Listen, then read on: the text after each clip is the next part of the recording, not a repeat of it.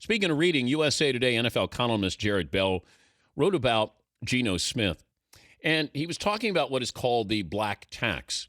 And it's a quarterback will probably go through more scrutiny, coded words, that Geno Smith, not a good work ethic, like just sort of that territory that we've been down the road before. Not a leader. There were certain things in there. And I wanted to hear from Jarrett Bell about the black tax, and he joins us now. Give me a summary of your column, if you can, Jarrett. Well, basically, it was a response to a scouting report by Pro Football Weekly a couple weeks ago, maybe even 3 weeks ago, by Nolan Naraki. And it had some of the things that you mentioned, some of these intangible, assets or not that are left for interpretation. And I found it, the first thing that struck me was that, boy, this sounds like some of the things said about Cam Newton last year. Some scouts talked about Robert Griffin III as being a guy who didn't treat people well. And it just made me say I wanted to find out a little bit more. So I've talked to more than a half dozen people over the past couple of weeks about Geno Smith, people who know him. I've reached out to the school, his quarterback's coach, people in the NFL, and have found that those things were far from the truth about this kid. And so that's pretty much the column that I wrote. Well, you have the Pro Football Weekly columnist, Nolan Naraki, but he said he wasn't giving his opinion. He was giving opinion of others. Is that even more troubling, that if he's got his sources and they're NFL people saying this, that he said it's not my opinion and I stand by my sources? Yeah, I'm sure that, and I think Nolan does a pretty good job. I've actually called him as a source over the years for scouting, for draft material. And I know he works hard at what he does, and I'm pretty sure that, he formulates these reports based on talking to scouts and whatnot. So it's there. It's in the air.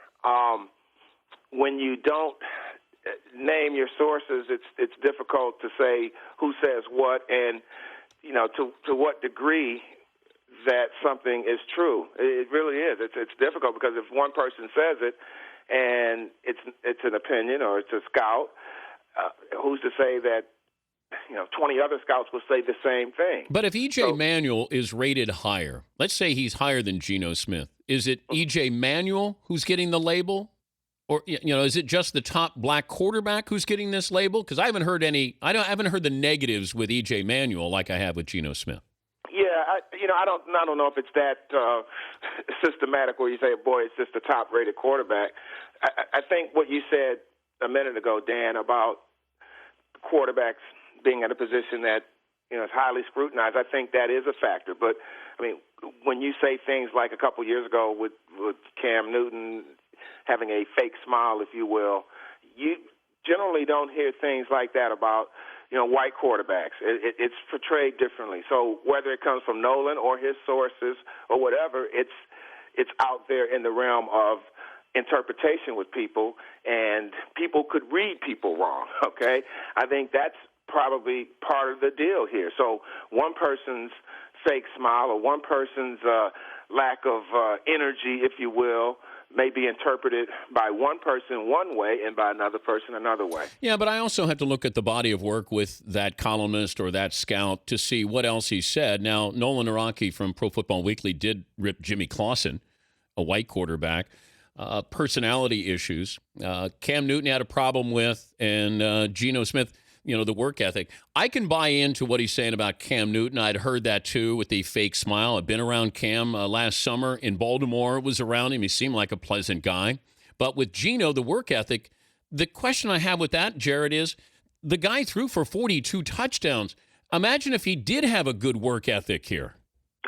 Yeah, really. And, you talk to his quarterback's coach, Jake Spotterball, and he'll say, hey, this is a guy who we had to pull out of the film room after games. And I mean, that was just kind of, the MO on Geno was how he worked. So I guess if I'm trying to write the scouting report on Geno Smith and I know he is this highly scrutinized player as well, and you should do it for everybody, but really when you know that you're talking about a big-time name in the draft, I think you might want to try to talk to some more people sometimes to balance it out, to find out if what the scouts are saying is really the truth. And again, sometimes a scout may put something out there based on his experience, which may have been negative, and I'm not saying that that's irrelevant, but it also has to be put into context. So